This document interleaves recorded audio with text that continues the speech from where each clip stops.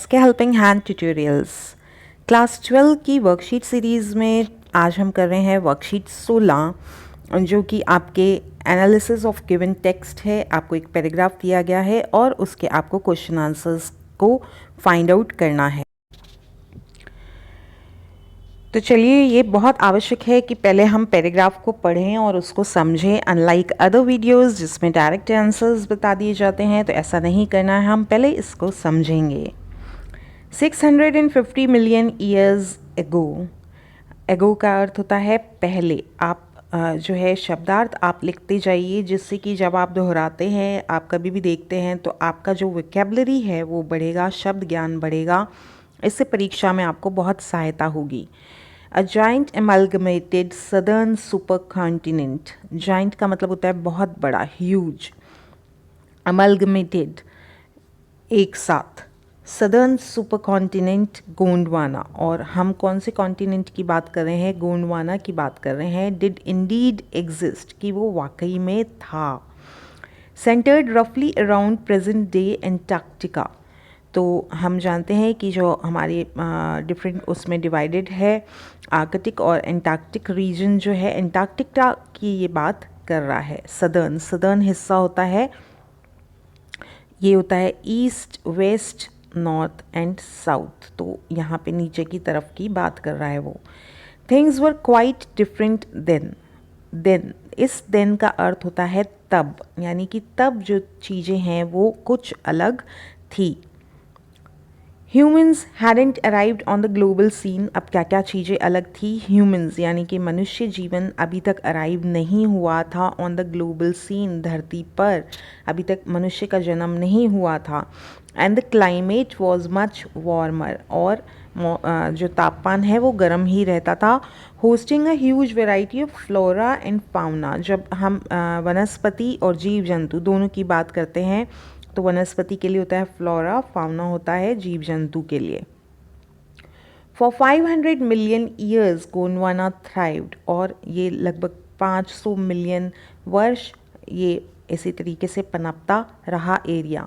But around the time when the dinosaurs were wiped out. लेकिन जैसे जैसे dinosaur का युग जो था वो ख़त्म होता गया, ख़त्म हो गया डायनासोर्स होना।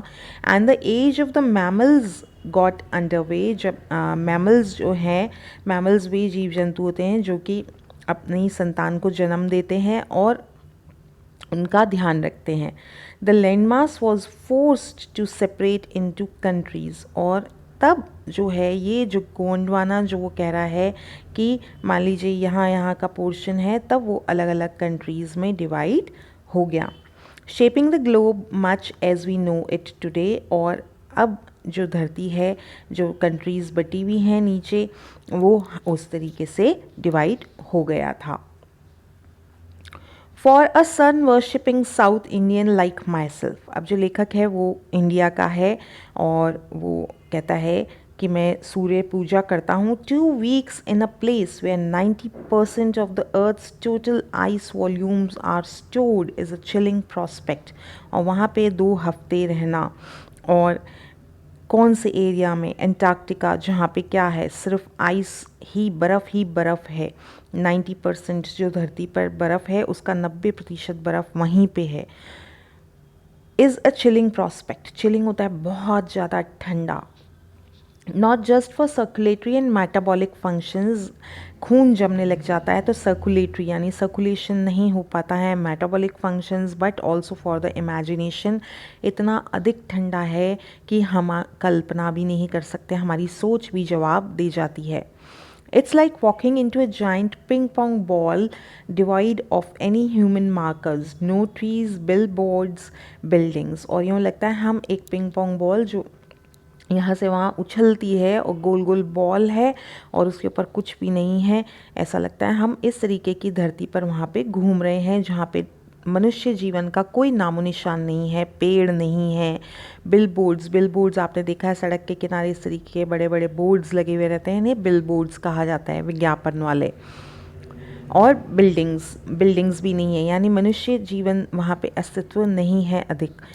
You lose all earthly sense of perspective and time here। धरती से जुड़ा जीवन वहाँ पे आप भूल जाइए। The visual scale ranges from the microscopic to the mighty midges and mites to blue whales and icebergs as big as countries। वहाँ पे जो बर्फ़ के जो टुकड़े हैं, खंड हैं, आइसबर्ग्स जिन्हें कहा जाता है, वो कोई बर्फ़ का टुकड़ा, छोटा सा टुकड़ा या सिल्ली जिसे कहते हैं, वो नहीं है, बल्कि इतने बड़े हैं कि लगभग कोई कोई तो देश जितना बड़ा है, इतना बड़ा बर्फ़ का ही वहाँ पे पहाड़ सा बना हुआ है। The largest recorded was the size of Belgium. और जो सबसे बड़ा जो आइसबर्ग वहाँ पे डिस्कवर किया गया वो है बेल्जियम।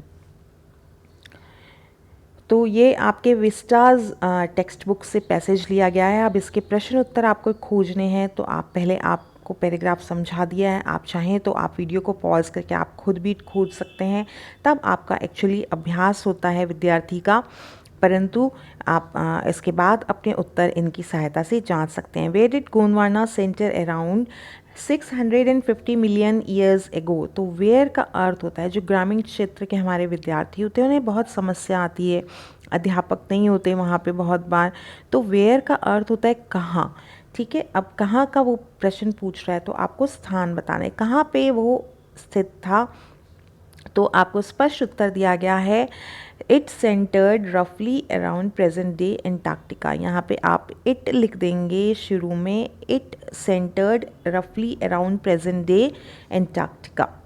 तो ये आपका पहले का उत्तर है। दूसरा देखते हैं, when was the land mass forced to separate into countries. ये अलग अलग कंट्रीज़ में कब जो है बट गया, तो आपको यहाँ से बताना है व्हेन से।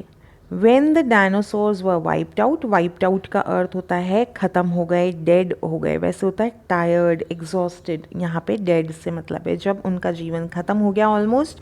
और the age of mammals got underway, तो गॉट अंडरवे इन इस फ्रेज़ की जगह आप यहाँ पे बिगिन भी कर सकते हैं, यानी कि जब मैमल्स का जीवन शुरू हो गया, the land mass was forced to separate into countries. ये इसका उत्तर है। व्हेन से लेकर के आप यहाँ पे कंट्रीज़ तक लिखेंगे।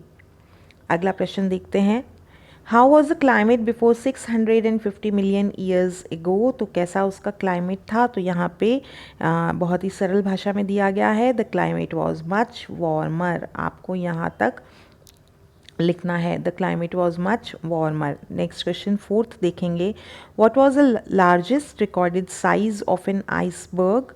आइसबर्ग का जो लार्जेस्ट साइज था वो यहाँ पे स्पष्ट दिया गया है, the largest recorded was the size of Belgium. जो कंट्री बेल्जियम है उसके आकार का पाया गया है। It's like walking into a giant ping pong ball devoid of any human markers. What are human markers? अब देखिए यहाँ पे ये प्रश्न आपको दिया गया है, तो आप जब उत्तर इसका ढूंढेंगे तो यहाँ आप देख सकते हैं divide of any human markers, ये डैश दिया हुआ है। इस डैश का मतलब ही यही है कि ह्यूमन मार्कर्स यानी मनुष्य जीवन की आइडेंटिफाई करने वाले जो निशान हैं। मनुष्य जहाँ होएगा वहाँ पे क्या होएगा, पेड़ पौधे होंगे, बिल्डिंग्स होंगी, जो जीवन के निशान हैं वो होंगे। तो ये जो है इसने डैश के बाद दिया है, तो ये सब जो है ह्यूमन मार्कर्स। ठीक, आपको लिखना है ह्यूमन मार्कर्स, इस डैश की जगह आप लिख देंगे आर, तो आपका आंसर यहाँ से हो जाता है ह्यूमन मार्कर्स आर। अब नो नहीं लिखेंगे, ट्रीज़, बिलबोर्ड्स, बिल्डिंग्स, आप इतना ही नहीं होता तो आप आगे एट्सेट्रा लगा देंगे। वापस देख लीजिए इसको, human markers are trees, billboards, buildings et cetera. Next question की तरफ बढ़ते हैं। यहाँ पे आपको वन वर्ड बताना है, related to earth. Related to earth यहाँ पे आपको ग्लोब, ग्लोबल, तो ग्लोब जो है वो आपका सही उत्तर है इसका, ग्लोब। अगर आप ग्लोबल भी लिखते हैं तो भी धरती से ही रिलेटेड होता है, परंतु यहाँ पे क्योंकि ग्लोब दिया गया है तो हम ग्लोब को ही चुनाव करेंगे, जो कि इसका सही उत्तर माना जाएगा।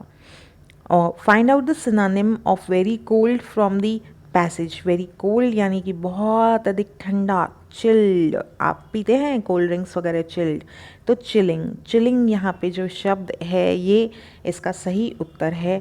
तो इस तरीके से आप इन उत्तर को लिख सकते हैं। अपना कार्य आप स्पष्टता से कीजिए।